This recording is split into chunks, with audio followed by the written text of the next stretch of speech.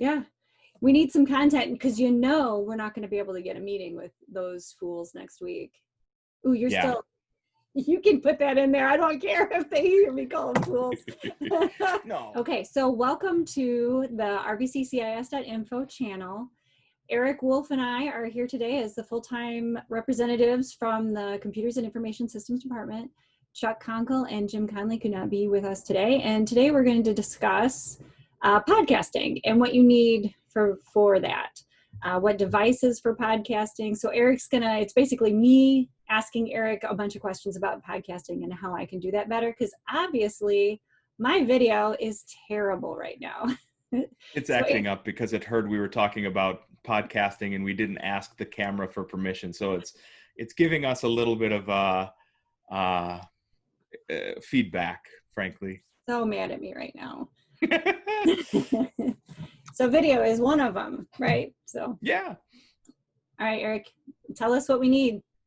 Okay, the good news is you probably have most of what you need already. If you have a phone, you are really already in business as far as what you're going to need to get everything recorded. If you have a desktop, irrespective of is it a Mac or a PC, you've already got what you need to get it going. So it really doesn't matter the platform that you choose.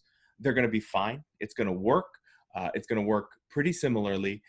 There's just a couple of differences maybe between Mac and Windows or between Android and iOS that may make things either easier or harder to have to deal with, but it really won't be egregious in either direction what is easiest. I think probably what most people are going to elect to use is probably their phone to be able to get everything recorded. So I am pointing at what you cannot see, which is my laptop, which is in front of me, or this Mac, which is behind me. Even though your desktops or your laptops have a microphone in them, those don't make the best sounding microphones for a podcast or for a video because of where the microphone itself is actually located. I'm trying to find, here it is. Because we're CIS, we have too damn many computers hanging around. I think that's accurate. So here is a laptop anybody would have. The microphone is actually located right there. So when I have it on a desk or when I have my laptop on my lap, that microphone turns out to be 20 some odd inches, or if I'm doing this ergonomically, even farther away. And that turns out not to sound particularly great because that microphone is busy trying to get everything recorded. So it probably hears, my dehumidifier going. It would probably hear, my neighbor's air conditioner going, and that's not really great. You would have to, and I am not joking, this is literally how people do this. So like when you hear NPR correspondents recording things on the road, they're doing it like this. They are literally talking into the microphone because this way my microphone probably doesn't hear me as well, but this microphone would hear me better. So my suggestion to you is if you're just starting, would not be to use a laptop or a desktop because you're going to have to find out where that microphone is, and you're going to have to, move over your entire desk over here to be able to get right up on top of that microphone. We actually suggest for most faculty or for students watching or for anybody who's watching to use your phone. This is for you, Barrett. This is an iOS device. This is an Android device. Either of these have microphones, where you put your mouth, right? For a phone call. that's going to be infinitely better than reaching way over to get the microphone over here on your desktop.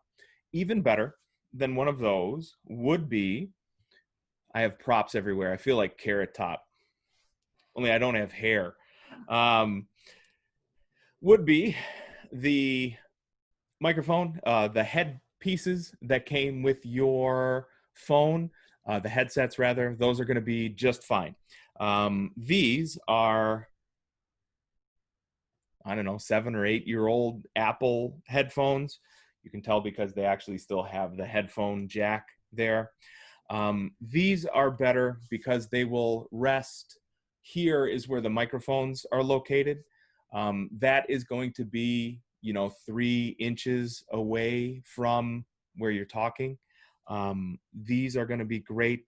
I do not have my Pixel phone here.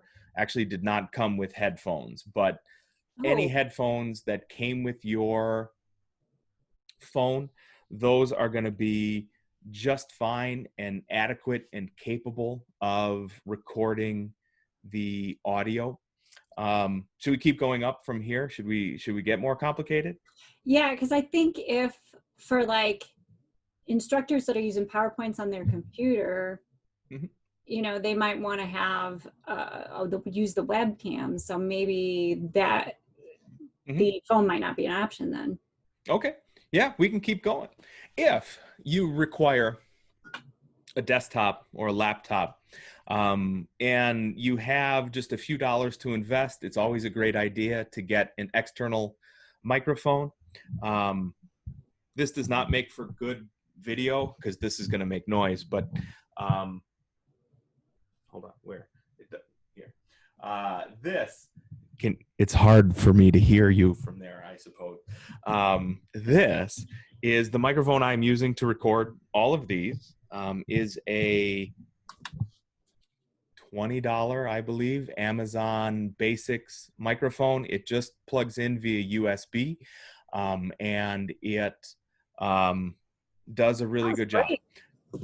The closer you are to your microphone, so if I was all the way down here, now we're going to get, HR is going to get calls, like he's got to stop doing that. The closer you are to the microphone, the better off it's going to sound.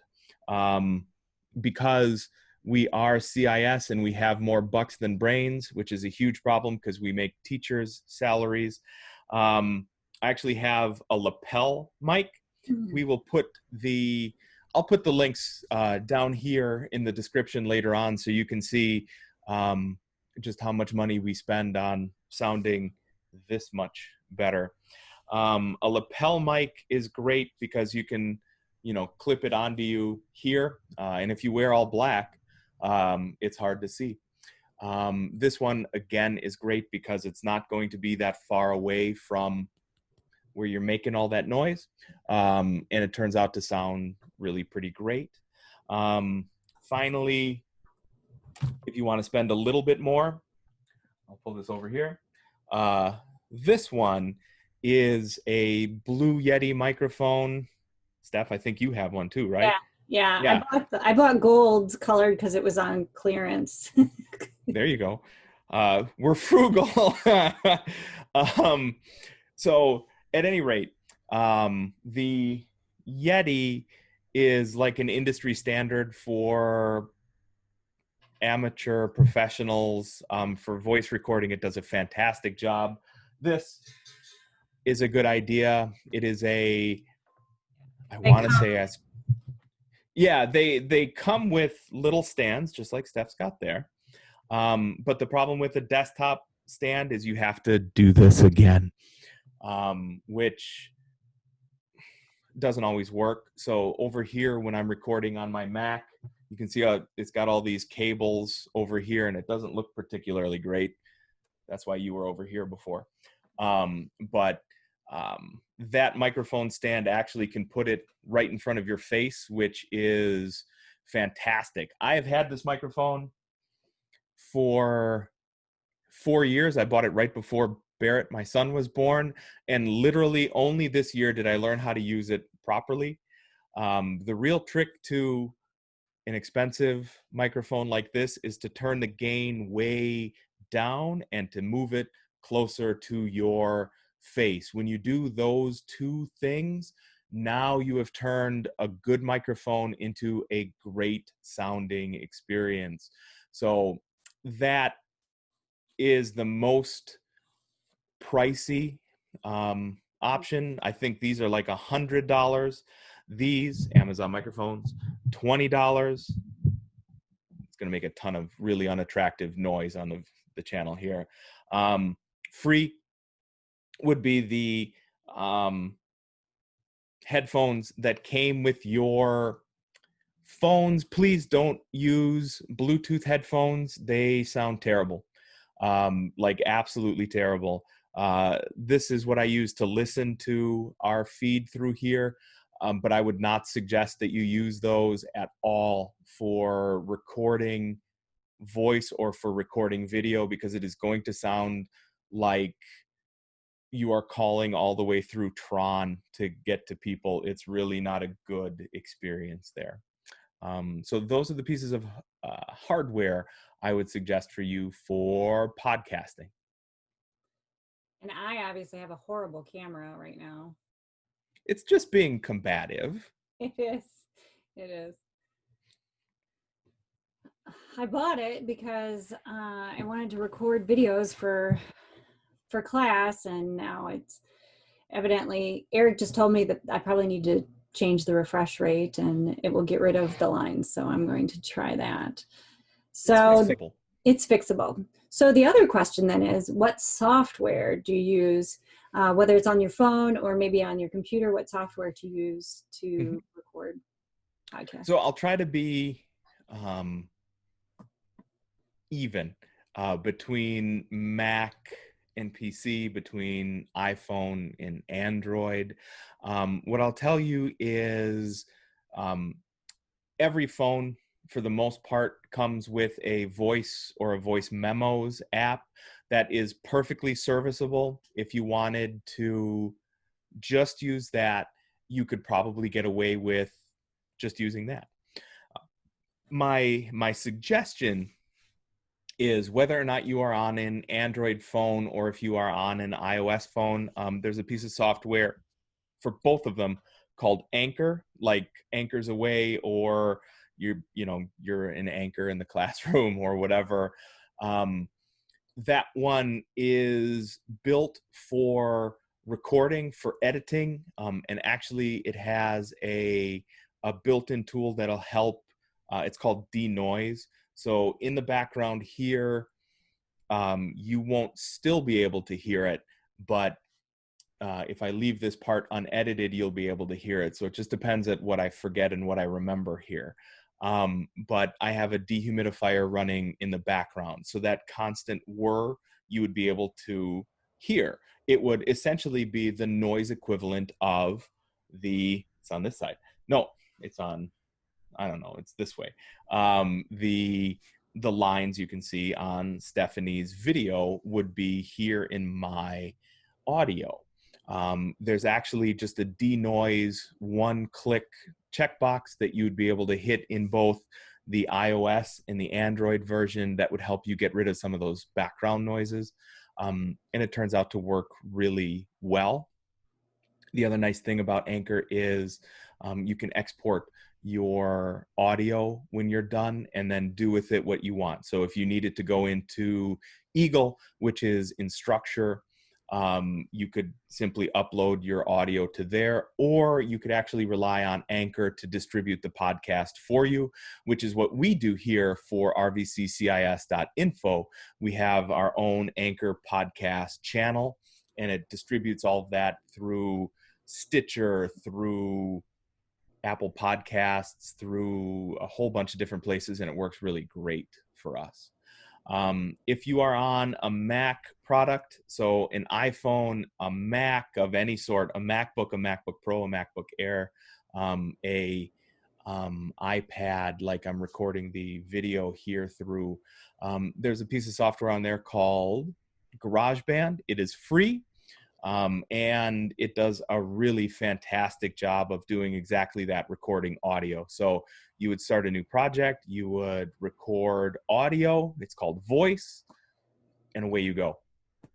You would just talk at your phone, you would talk into not wireless headphones, you would hook up a larger set of headphones with a microphone to it and just start talking, and actually you get really, really fantastic audio on there. So I clean up, if I'm editing our channel videos, I clean these up on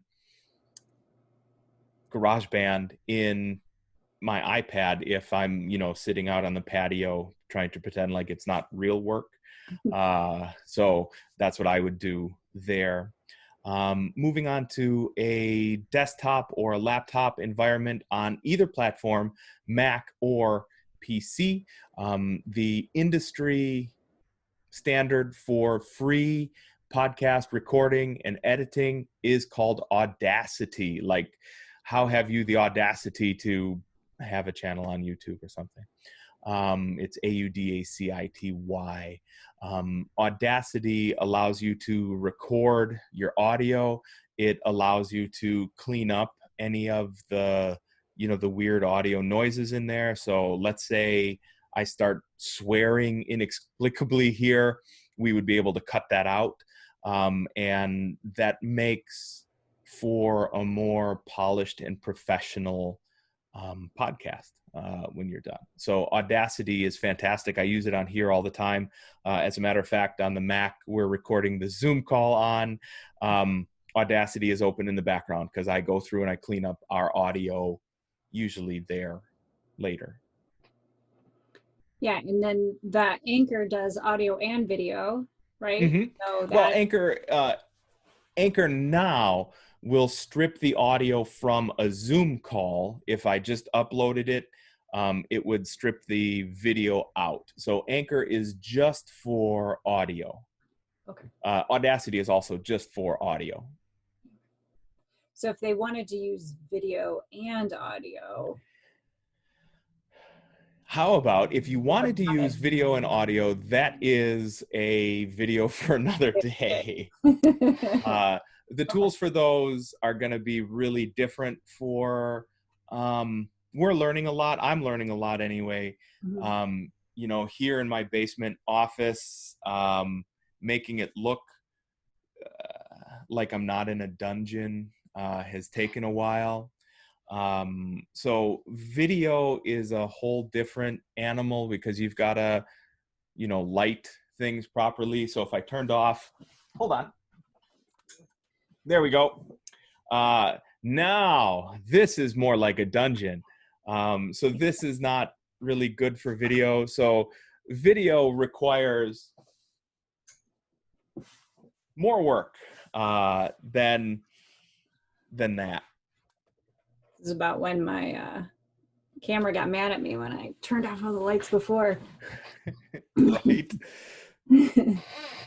So, okay, well, that was just podcasting, and I know my connection's kind of laggy right now, but those were the devices that Eric and I use some of the same ones for podcasting and how he takes care of it and uploads it. So this has been the podcasting episode for RVCCIS.info. And he'll put, we'll put everything in the show notes, so you'll get all of the links to that. And most of the programs we try to use are free, or because we're teachers. Remember the teacher's salary. You all think we live, like high on the hog or something? Oh no. We are entrepreneurial when it comes to spending on this stuff because there is not a lot of that money to go around. Yeah, and there's decent programs out there that are free. So that's, that's one of the reasons why we like to use free stuff. So, and we will have part 2, I guess, with video editing, and we'll talk a little bit about vlogs, I guess. And that, oh God, I keep saying and. So that is our podcasting video for the day. And we are going to sign off. Eric Wolf and I. Are you above me or am I? No, I think it's next to each other. Okay. On my computer, we're above each other. So no, Yeah, here's Eric Wolf and myself signing off of RVCCIS.info. Good enough. Yeah, good enough.